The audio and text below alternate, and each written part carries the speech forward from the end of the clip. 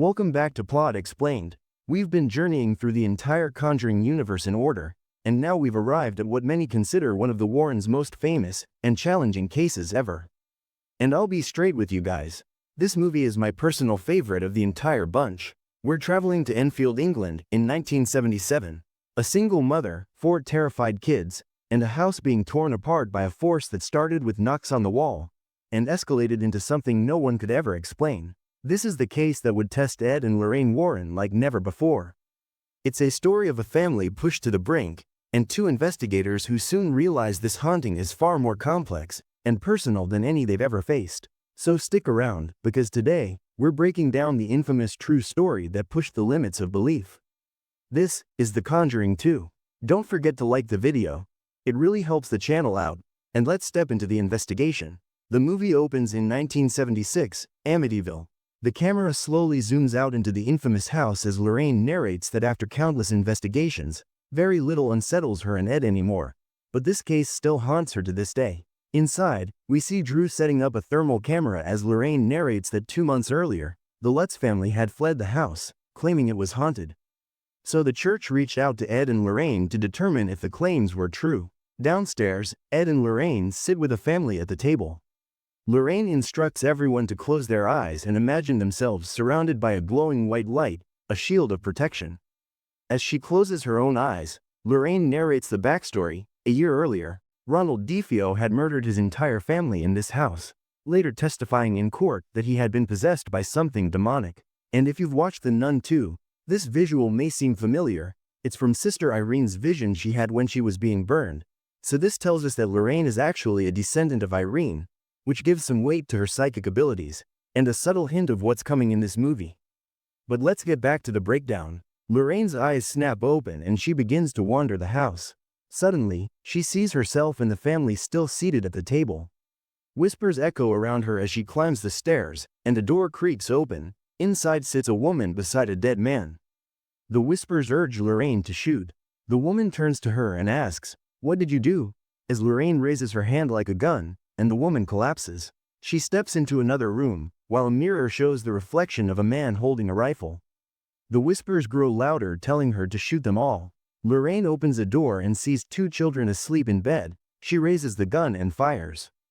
Then another girl. Then she gasps sharply, in vision and in reality, alarming Ed, who opens his eyes quickly. Lorraine finds herself trembling in the upstairs hallway, and sees a young boy looking at her from behind the wall, his eyes glowing.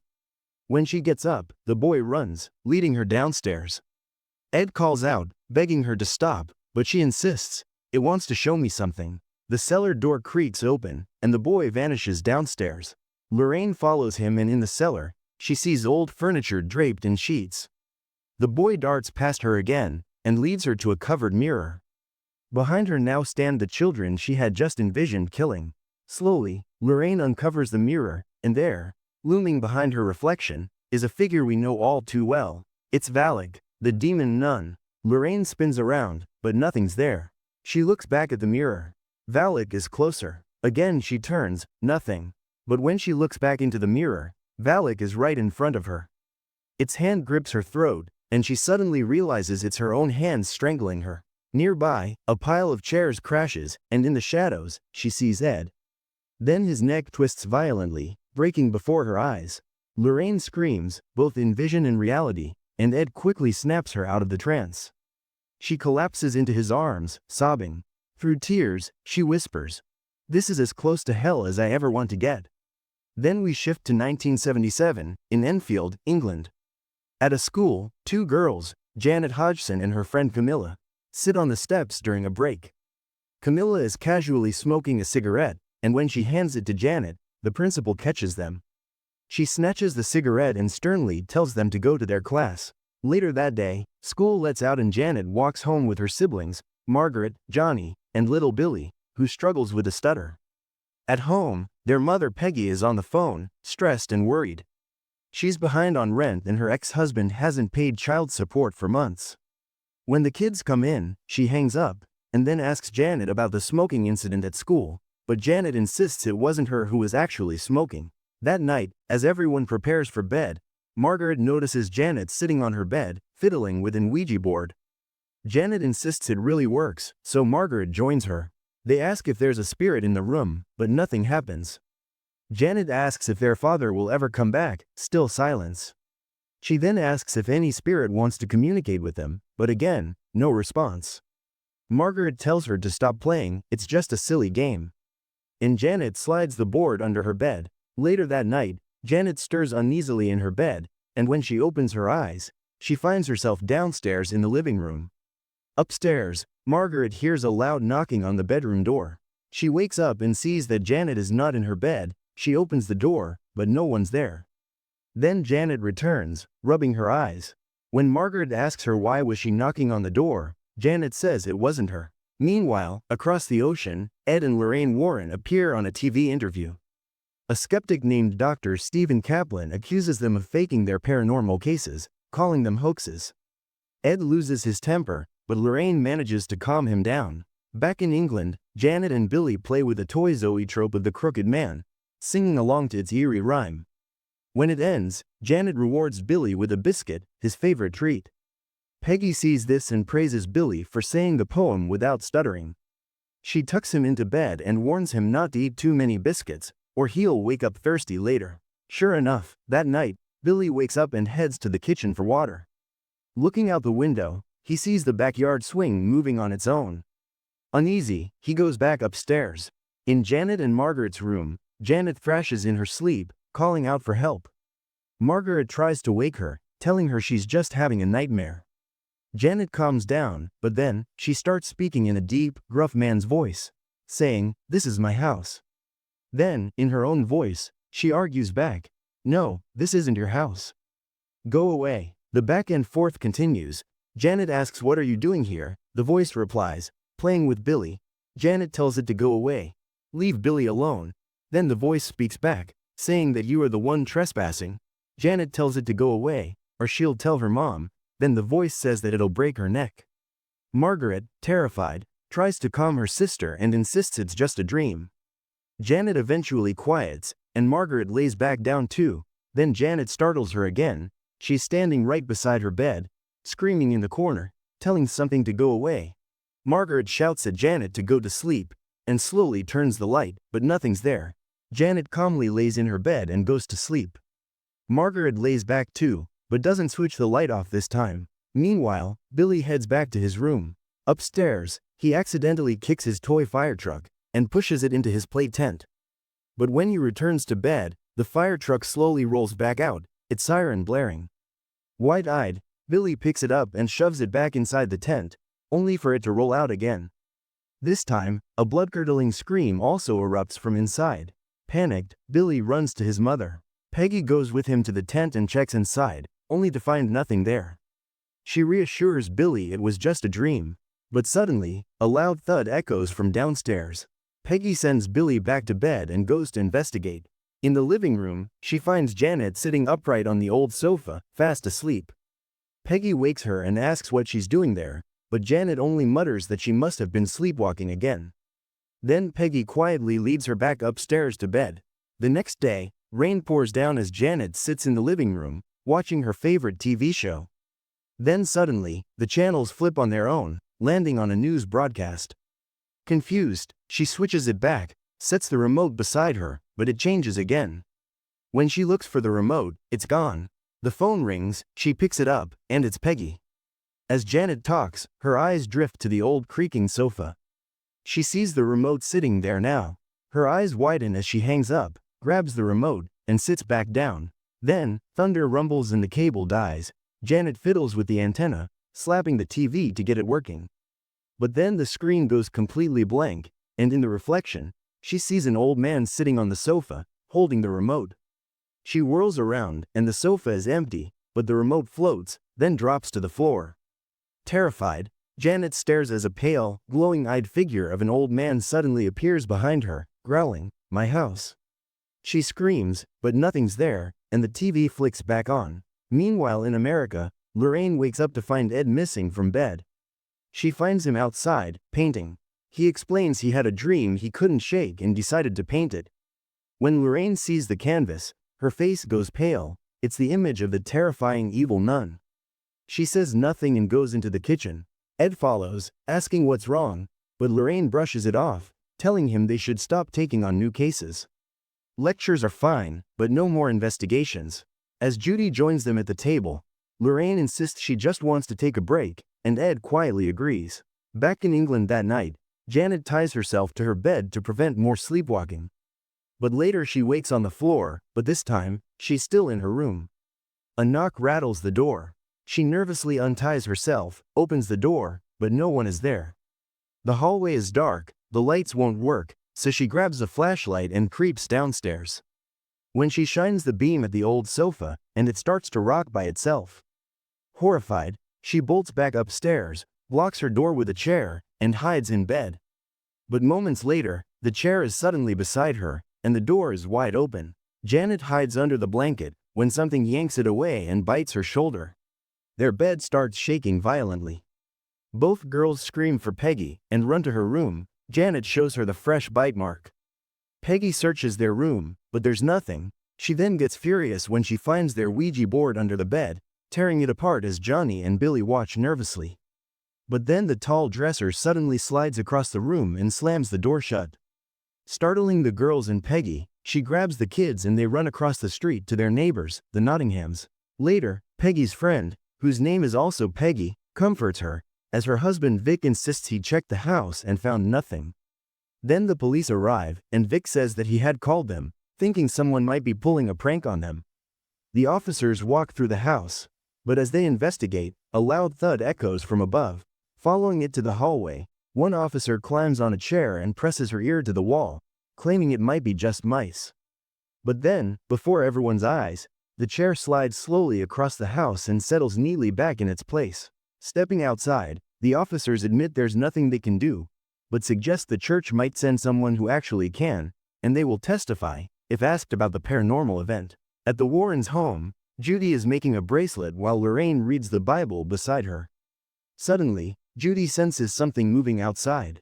When Lorraine looks up, Judy's gone. She steps out and finds her daughter just standing still, staring ahead. Judy points into the distance and asks her mother who that is. Lorraine looks and sees the evil nun, watching them. Then it slowly disappears into another room. Lorraine follows, finding herself in front of a painting of the Perrons' farmhouse and tree from The Conjuring 1. Behind her, what looks like the evil nun appears. She turns the lamp on and realizes it's only Ed's painting. Then, a tape recorder clicks on by itself. As Lorraine turns it off, the lamp dies, and now the painting almost seems alive. She moves to the door, but the room seals itself shut. From behind the portrait of Conjuring 1, a shadow appears and moves across the room, stopping behind the nun's painting. Then pale, white hands grip the frame, and the nun bursts out of the painting, charging at Lorraine, throwing her into a pile of boxes. Suddenly, Lorraine is no longer in the house. She's back in the old cellar from earlier in the film. The loud sound of a church choir surrounds her. The nun appears and Lorraine asks her, "Who are you?" The nun shrieks, shaking the room. Lorraine cries out, demanding to know who she is and what does she want. The figure points across the cellar, and Lorraine sees Ed standing there. He apologizes to her, and then he's impaled by a sharp wooden spear. Lorraine screams and jolts awake. Judy is there by her side, as Lorraine realizes she was just having a vision and had been scribbling across her Bible. Meanwhile, in Enfield, Peggy Hodgson is approached by a reporter named Kent Allen. At first she refuses his offer, but Kent insists this might be her only chance for help. Soon, the haunting becomes public. Neighbors describe seeing Janet levitate, objects fly across rooms. Even the police confirm the chair incident. Then we meet Maurice Gross, a paranormal investigator, who believes the haunting is genuine. But psychologist Anita Gregory is convinced it's all an elaborate prank. During an interview with Janet and Margaret, the tension escalates. Kent tries to question the supposed spirit, but Janet begins to twitch and rub her neck. Suddenly, her voice shifts. Speaking in two voices, her own and that of an older man, she declares Janet is asleep. And the voice is completely like that of an old man now. Maurice pushes further, asking who's speaking. Janet introduces herself as Bill Wilkins, a 72-year-old who died in that very house, from a hemorrhage, in the chair in the corner. Peggy is horrified as Janet, possessed by Bill, says he tortures the residents because he likes to hear their screams. When Peggy shouts at him to leave, Janet snaps at her to shut up, before collapsing back into herself, frightened, and running off. That night, the Hodgsons stay at the Nottinghams. As back at their house, the terror begins again. In Billy's tent, the crooked man zoetrope plays on its own, and the figure inside vanishes. Across the street, Billy hears the familiar jingle of Baron, the Nottingham's dog, who rings the bell when he wants a walk. But when Billy gets up and goes to the front door, no one's there. The bell rings again, this time from the back.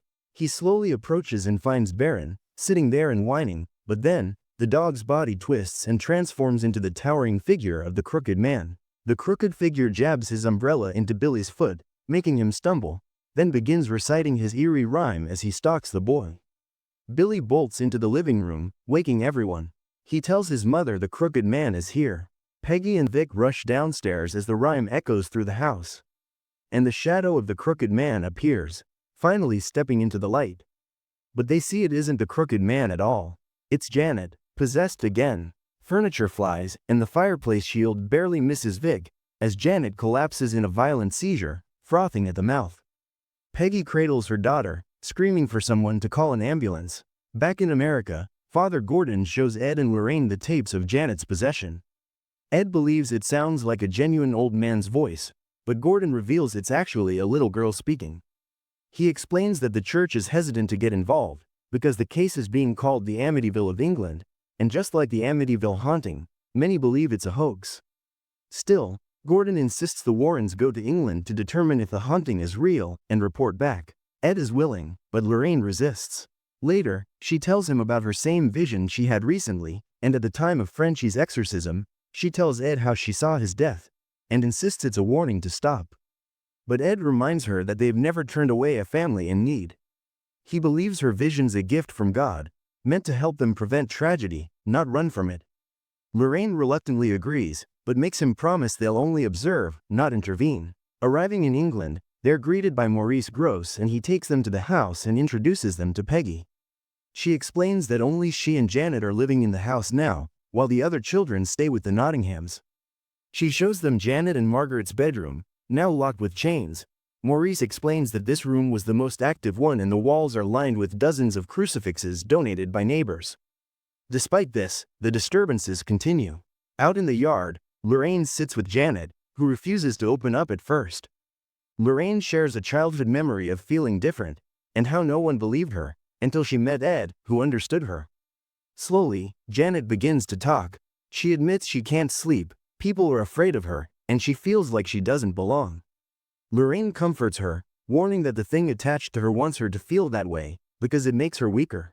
Inside, Ed examines the chair where Bill Wilkins said he died. Peggy explains her ex-husband bought the house with all its furniture, but he abandoned the family years ago, leaving them to struggle. Ed tells her that spirits often attack families at their most vulnerable. Meanwhile, Lorraine presses Janet with questions. She asks if the voice feels like it comes from inside her.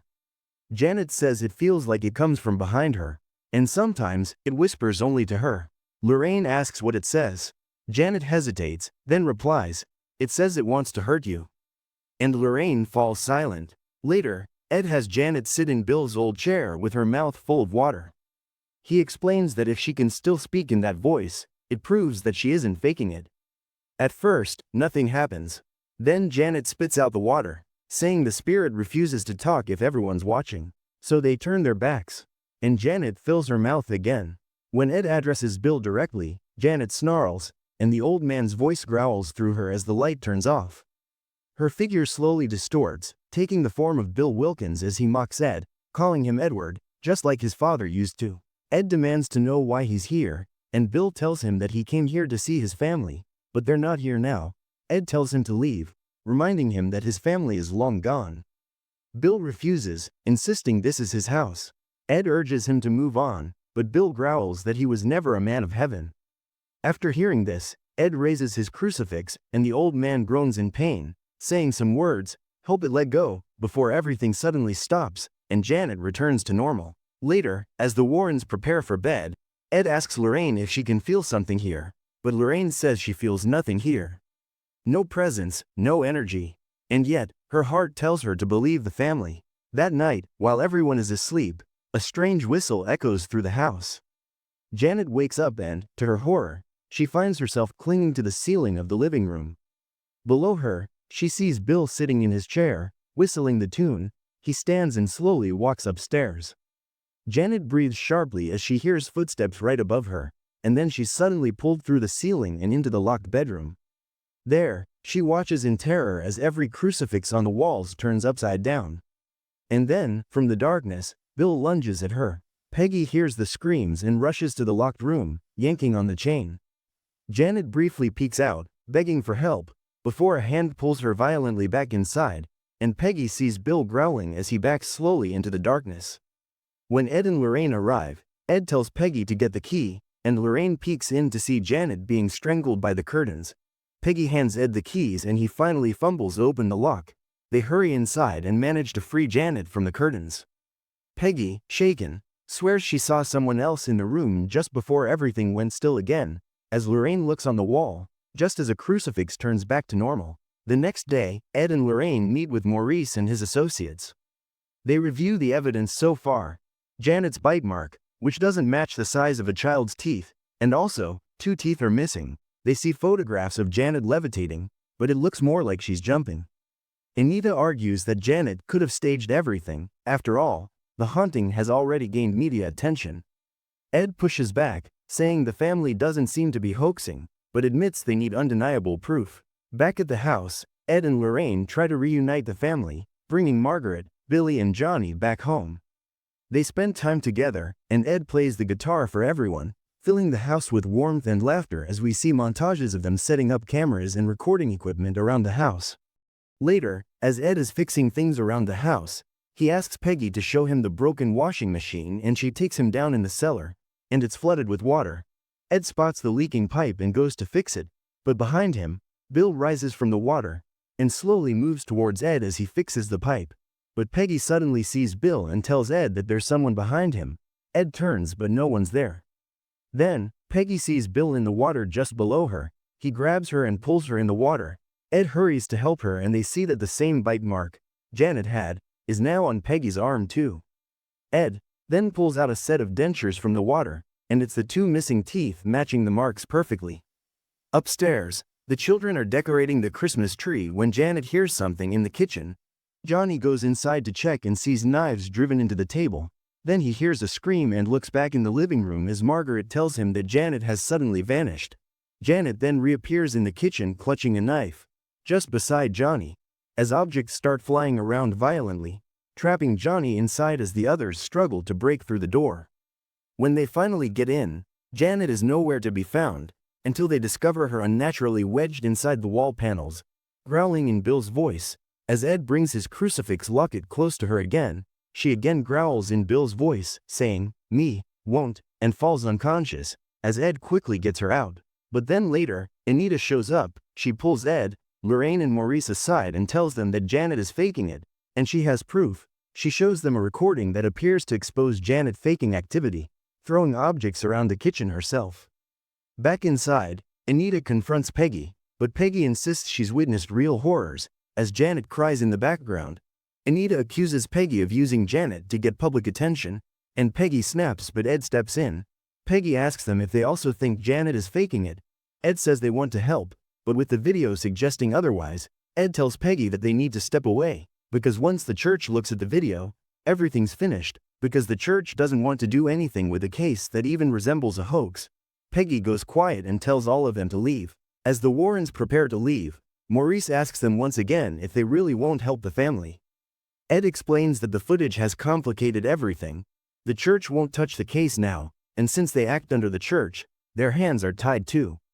Maurice turns to Lorraine, hoping for something different, but she admits she can't sense any evil in the house either. With nothing left to say, Maurice walks off quietly. Ed and Lorraine linger for a moment, looking back at the house, where they see Janet standing at the window, tears in her eyes. But they have no choice. They turn away, get into the car, and Vic drives them to the station. Back inside, Billy and Margaret ask Janet why she faked the incident. Tearfully, Janet explains that the spirit forced her to. It warned her to make the investigators leave, or else it would kill her family. Meanwhile, on the subway, Lorraine mentions something odd. Of all the rooms in the house, Janet faked her incident in the one directly in front of the camera. Ed sets down their bags, and as he does, 2 audio reels fall out on the floor. He notices the tape forming the shape of a cross, and suddenly it clicks. He grabs the tapes, and with Lorraine, he sets them in 2 recorders, and mentions the 2 garbled messages, the first one being, "Help it, let go," and the second one being, "Me, won't." Ed plays them both at the same time. And now, they form a single, chilling message: "Help me. It won't let me go." The moment the words finish, Lorraine is yanked into a vision. She finds herself back in the Hodgson home, where Bill Wilkins sits in his chair with his oxygen mask. He tells her he just wanted to see his family again, but they're gone, and now he wants to leave, but something won't let him. Lorraine asks who's holding him back, and Bill warns that it wants her. He says, "I'm given and I'm taken. I was there at your first breath, you didn't ask for me, but I'll follow you until death." Before she can make sense of it, a monstrous hand lands on Bill's shoulder. Behind him towers Valak, the demonic nun. It snarls, and Lorraine jolts awake as her nose bleeds. Through tears, she tells Ed that Bill's spirit isn't a threat, he's a pawn. Something inhuman has enslaved him, using him to weaken Janet, and it's also attacking Lorraine's faith by taking a blasphemous form. Realizing the truth, she tells Ed to rush back to Vic. They need to go back to the house. Something demonic is there. Back at the Hodgson home, Peggy is cleaning the kitchen when she hears Margaret scream. She runs out to find both Margaret and Janet levitating. Janet's face is twisted. Her voice is not her own. Peggy cries out for the spirit to stop, but Margaret is slammed into the wall. Terrified, Peggy gathers her children and runs them outside, while Janet watches as they leave. Outside, in the rain, Peggy tells Margaret to go to the Nottinghams but refuses to abandon Janet. She races back to the door, only for it to slam and lock shut. Meanwhile, on the drive back, Vic asks Ed and Lorraine the obvious question. Why are they suddenly saying everything's real? Ed explains that the old man's spirit had been trying to reach out all along, but something darker was blocking him. He only managed to get through when they left the house.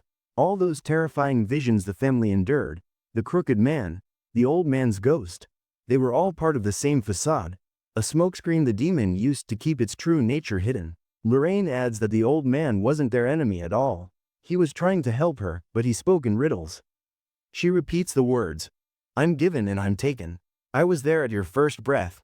You didn't ask for me, but I will follow you till your last breath." Ed thinks it through and realizes the answer: a name. A name is given at birth, and it stays with a person until death. And if you guys remember the Conjuring one, we saw how powerful that rule really is.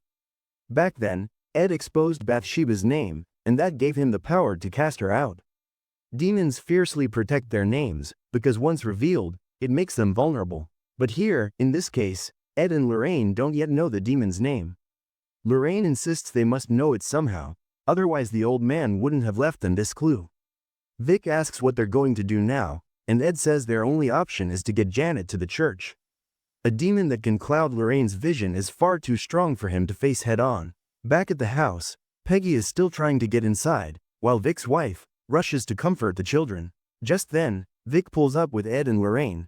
They all rush to the house, but every entry is sealed.